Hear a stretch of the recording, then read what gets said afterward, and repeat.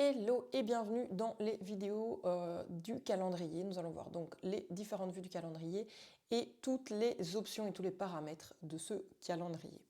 La première chose ici, donc c'est la vue calendrier. Tu vas pouvoir revenir tout de suite à aujourd'hui. Par exemple, si tu es un petit peu plus loin, tu peux revenir à la semaine ici. On va avoir la semaine affichée, tu vas pouvoir choisir ta semaine également et voir si tu veux une vue du jour, une vue de la semaine ou une vue mensuelle, un petit peu comme n'importe quel calendrier. Donc nous, on va rester en vue de la semaine et on va se mettre sur cette semaine-ci. Si jamais tu ne vois rien ici, il est possible que tu arrives et que tu ne vois rien et que tu te dises « Oh mon Dieu, ça ne s'est pas bien connecté !» Pas de panique, c'est simplement que tu n'as pas coché les utilisateurs ou les calendriers ou les groupes. D'accord? Donc tu vas pouvoir filtrer par personne. Tu vas pouvoir également filtrer par calendrier si tu le souhaites. Et donc quand tu changes, tu vois qu'il enlève en fait les paramètres de celui qui était ouvert et qui se met sur autre chose. Et tu vas aussi pouvoir filtrer par groupe de calendrier, on verra ça après. On peut tout effacer et on va se mettre ici sur mon calendrier de test. Tu vois également que tu peux afficher par type, soit par rendez-vous, il ne te montrera que les rendez-vous, soit par créneau ici. Je sais qu'il y a une nouvelle vue où il y a un petit bouton normalement qui s'affiche pour avoir un petit peu ceci mais de manière différente avec les rendez-vous et les créneaux bloqués. Je n'y ai pas accès sur ce compte ici, mais le reste toujours à peu près de la même façon.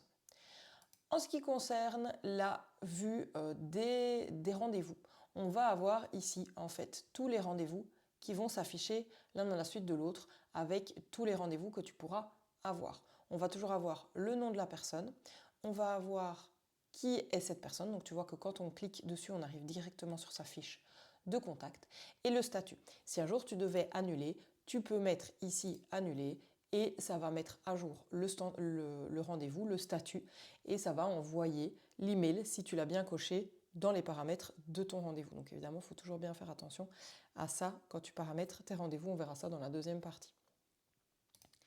Donc tu vois l'heure du rendez-vous et le calendrier spécifique et quel est l'utilisateur qui est assigné au rendez-vous. Si tu veux, tu peux voir tous les détails, le consentement, le modifier, le reprogrammer, etc.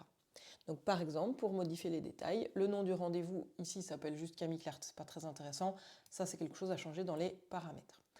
Dans quel calendrier il est et quel type de calendrier nous avons ici.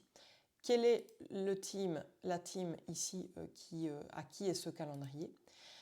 Et tu vas pouvoir avoir l'heure, est-ce que c'est quelque chose par défaut, etc., etc.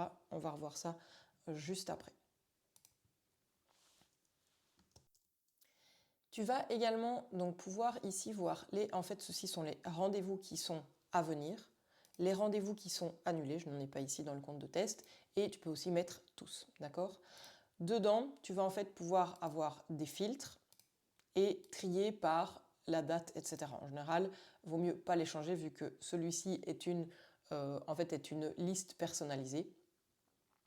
Et donc ce sont les à venir. Alors tu peux les changer si tu veux, mais c'est toujours bien d'avoir à venir, annuler et tous. Mais tu peux également créer des smart lists en plus, c'est un petit peu la même chose que dans les contacts, avec les listes intelligentes. Tu vas pouvoir mettre des filtres avancés et tu vas même pouvoir te dire, par exemple, je ne veux voir que les rendez-vous pour ceux qui ont pris des rendez-vous suite à une masterclass, par exemple. Donc tu vas pouvoir te dire que qu'est-ce qu'on va mettre ici? Que par exemple la source est une page de calendrier. Ou par rapport à un déclencheur, par rapport à... Enfin tu vois qu'il y a pas mal de sources ici, il y a pas mal de choses où tu vas pouvoir le filtrer. Ou de dire le calendrier est... Voilà, par exemple celui-ci on va dire c'est suite à une masterclass et tu veux te dire que tu n'as que ceux qui sont des masterclass et également que l'heure du rendez-vous, il ne veut pas, j'ai mon ordi qui a planté, voilà, je suis revenue, donc l'heure de rendez-vous est par exemple demain, hier, etc.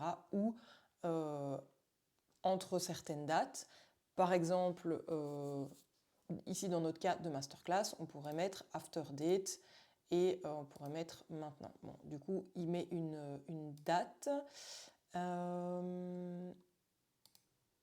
Tu peux mettre sur les prochaines semaines, etc., etc.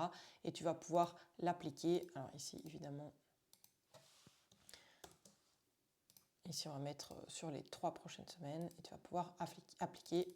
Tu peux lui donner un nouveau nom et l'enregistrer comme nouvelle liste intelligente.